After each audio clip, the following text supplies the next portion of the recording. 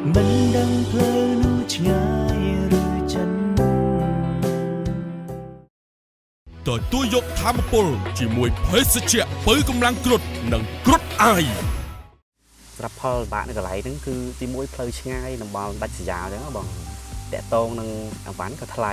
ហើយសម្រាប់បុគ្គលិកយើងហ្នឹងក៏មានផលបាក់ខ្លាំងរឿងធ្វើការទីមួយមិនស្រួលទេបងតំបន់ព្រៃភ្នំចេះយើងធ្វើការនៅចម្រៀលភ្នំ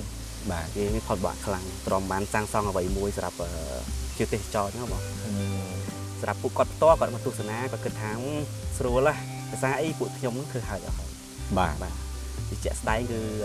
ពិបាកខ្លាំងទី1តកតងនឹងសត្វប្រឡទី2តកតងនឹងអាកាសធាតុដូចពេលភ្លៀងអីចឹងគឺពិបាកធ្វើការបងពេលខ្លះយើងធ្វើការទាំងពេលភ្លៀងទៀតពេលភ្លៀងខ្លាំងឬអីនៅធ្វើការបាទទីមួយទៀតតកតងសុខភាពក៏ឈឺច្រើនបាទញឹកញាប់ពលរដ្ឋនេះត្រជាក់ខ្លាំងជាពិសេសយប់ឡើងត្រជាក់ខ្លាំងដូចបៃអឺរ៉ុបចឹងបាទអត់ចាញ់ទេយំមិនត្រជាក់ខ្ញុំក៏ស្នាក់នៅតំបន់នេះដែរត្រជាក់មែនទេព្រឹកឡើង16អង្សាសេទៀតបាទខ្ញុំយប់ឡើងខ្ញុំគេងពាក់អាវ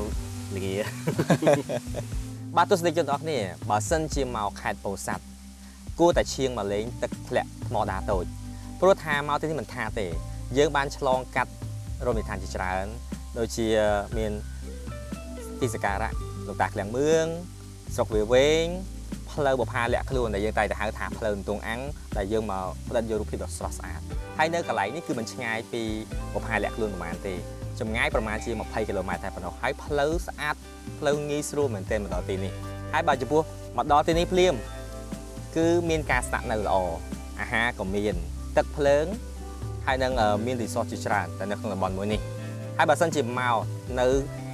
ពេលដែលស្អាតជាងគេគឺចន្លោះពីខែ3ដល់ខែ12ដែលបងប្រុសបានប្រាប់អញ្ចឹងអ្នកទាំងអស់គ្នាអាចមកកំសាន្តលក្ខណៈជាគ្រួសារមកកំសាន្តលក្ខណៈជាក្រុមហ៊ុនក៏បានដែរព្រោះកន្លែងមានទីធ្លាទូលំទូលាយហើយកន្លែងស្នាក់ក៏ច្រើនដែរ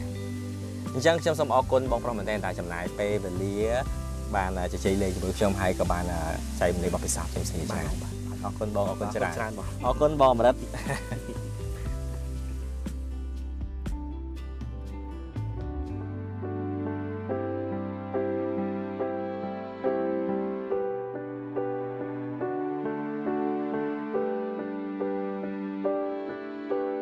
វិថីជីវិតដ៏វែងអន្លាយឆ្ងាយសែនឆ្ងាយថ្ងៃណានឹងទៅណាកំឡឹងដួងចិត្តក្នុងខ្លួនដែលសល់ដូចស្រមោលត្រូវការពុនមិនដឹងផ្លូវនោះឆ្ងាយចិនសាថ្មជីវិនបន្តដំណើរទូជួបក៏ភ្លៀងឬមានព្យុះខ្យល់យើងត្រូវសម្រេចឲ្យដល់ក្តីនេះគឺជាទីតាំងចុងក្រោយរបស់យើងនៅសប្តាហ៍នេះគឺយើងបានមកដល់ភ្នំកាហ្វេស្រុកវាលវែងទីនេះហើយគឺជាកន្លែងដែលអ្នកទេសចរឬក៏អ្នកមកលេងនៅស្រុកវាលវែងនេះមិនដែលរំលងទេគ្រប់គ្នាសិតសឹងតែស្គាល់កាហ្វេភ្នំមួយនេះដោយសារតែកន្លែងនេះមានភាពទាក់ទាញមែនទែនការដេក័ររបស់ហាងរបស់គាត់គឺស្អាតហើយទីធ្លាកន្លែងនេះក៏ធំដូចជាទំហំច្រើនហិកតាមែនទែនហើយកាហ្វេនេះក៏ងាយស្រួលរកដែរដោយសារតែជាប់នៅផ្លូវធំតែម្ដងអ្វីដែលខ្ញុំក៏សម្គាល់ឃើញណាកន្លែងនេះមុខហាងតែម្ដងគឺអ្នកណាមកក៏ថតចំពីមុខហាងដែរព្រោះដោយសារតែការដេក័ររបស់គាត់គឺតាក់ទាញថតរូបមកស្អាតតែម្ដងតោះកុំឲ្យខាតពេលវេលាយូរទៅកំងហុយមួយកែវសិន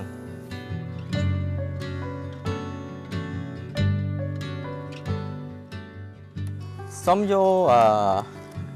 អាយឡាតេមួយបាទស្ករធម្មតា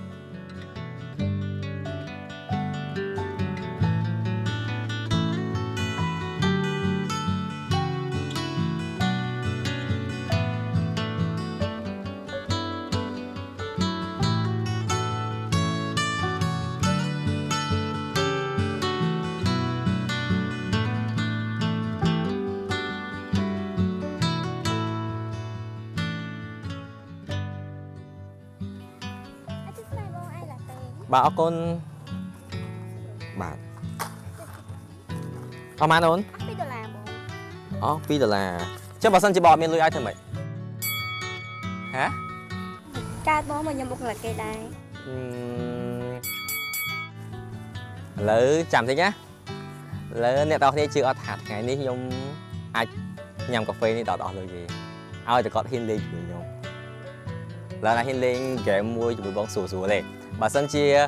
អនឡាញលេងឈ្នះបងអាចធ្វើបាន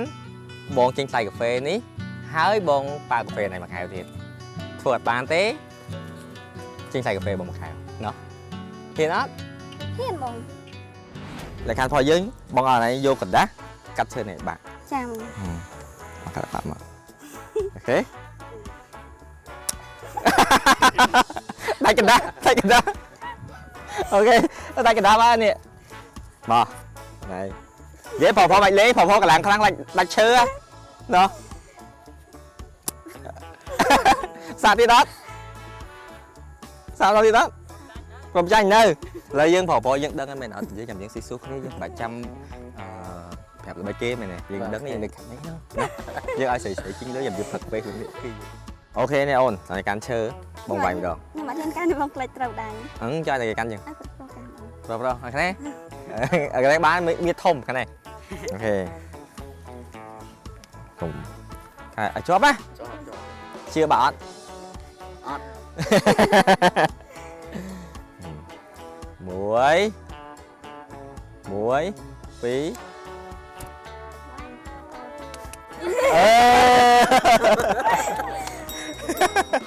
អូខេទៅប៉ាកាហ្វេបងទៅអត់ ចាបងអញ្ចឹងឲ្យខ្ញុំនាំបងលេងល្បែងមួយវិញបង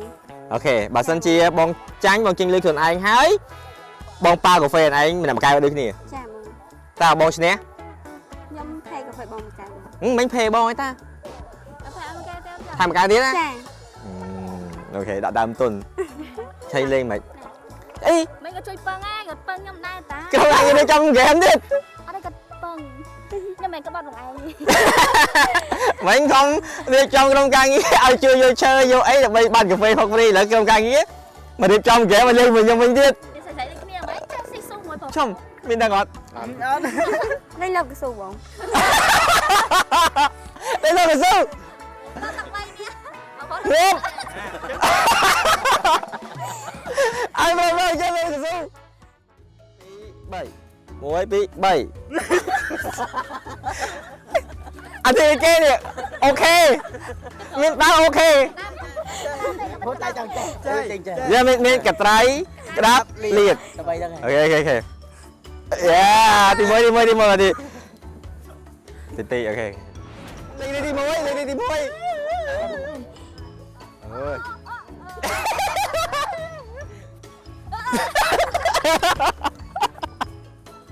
អត់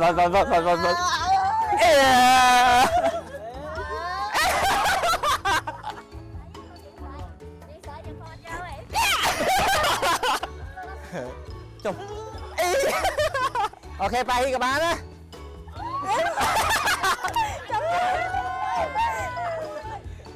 ពីរបី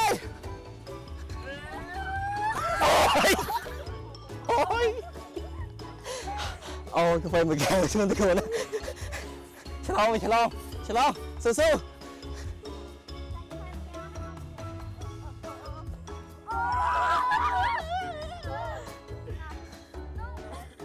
ងក់ខួយខ្ញុំទេមកជតុងមកចាមបានកុំតមកតើលើជើងពោមកជតុងប៉ុណ្ណេះ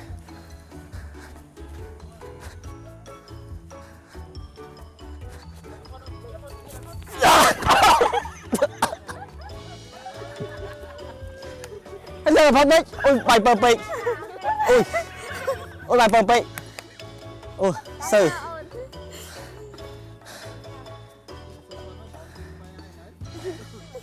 បងខ្ញុំចាញ់ណាបងអូខេមកយាយបងតើវាលេងហ្គេម ហ្នឹងហើយចង់ដាក់ចកេះហ្នឹង ខណៈចកេះសប្រាយអត់បង surprise ក្រុមការងារ surprise ខំដាក់ម៉ូមួយក្រុមការងារលេងហ្គេមដើម្បីបានចំណេញកាហ្វេមួយកែវលើក្រុមការងារដាក់ម៉ូជាមួយក្រុមការងារគេវិញធ្វើស៊ីឯងតែចកេះផងតែម្ដងនិយាយទៅឲ្យលេងលោតអីលេងលោតផ្ទះ អានោះនេះវាជាស្អីស្អី Bỏ cứ lên xe bông. Tại mày. តែមិនដែរគេឃើញលេងដាក់មកដល់មកទុំអញ្ចឹង Lên đã. Tại mày ngập xuống lại khăn để cạ cây rồi. Mày ok từ luôn mong. ចោគេថាបងគិតថាគ្នាបបួបងលេងហ្គេមគ្នាក៏បានរៀបចំដែរយល់ព្រោះយើងបានតាំងចិត្តបបួគេលេងហ្គេមចង់ធ្វើស៊ីគេតែគាត់ថាមិនដឹងថាគេរៀបចំធ្វើស៊ីយើងមុនអូខេទៅចាប់ចេញថ្លៃកាហ្វេគេផងណា Mình trong tiền mày thấy luôn đấy. Mày lên luôn ai ấy bây tranh ở cái chảnh thấy đấy. អូខេ approve Ờ được. approve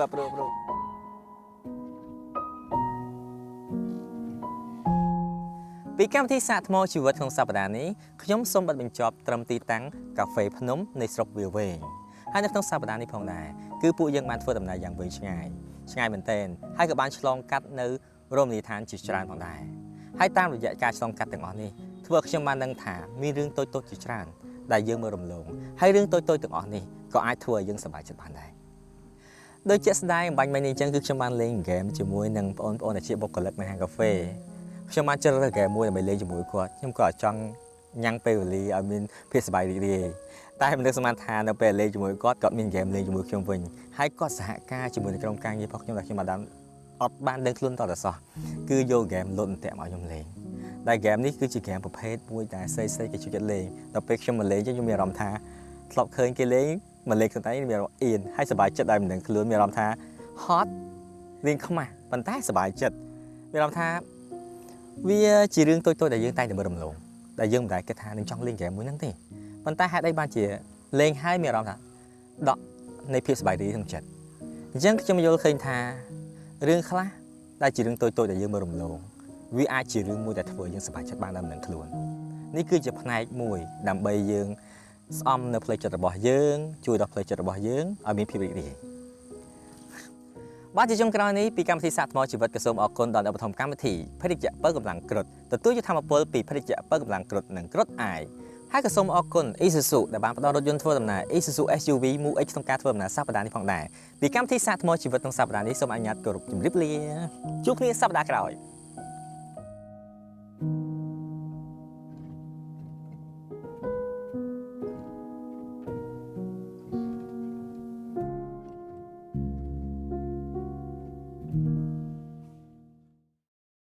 ទទួលយកធម្មពលជាមួយភេសជ្ជៈបើកម្លាំងគ្រុឌនិងគ្រុឌអាយ មិនដឹងផ្លូវនោះឆ្ងាយឬចិន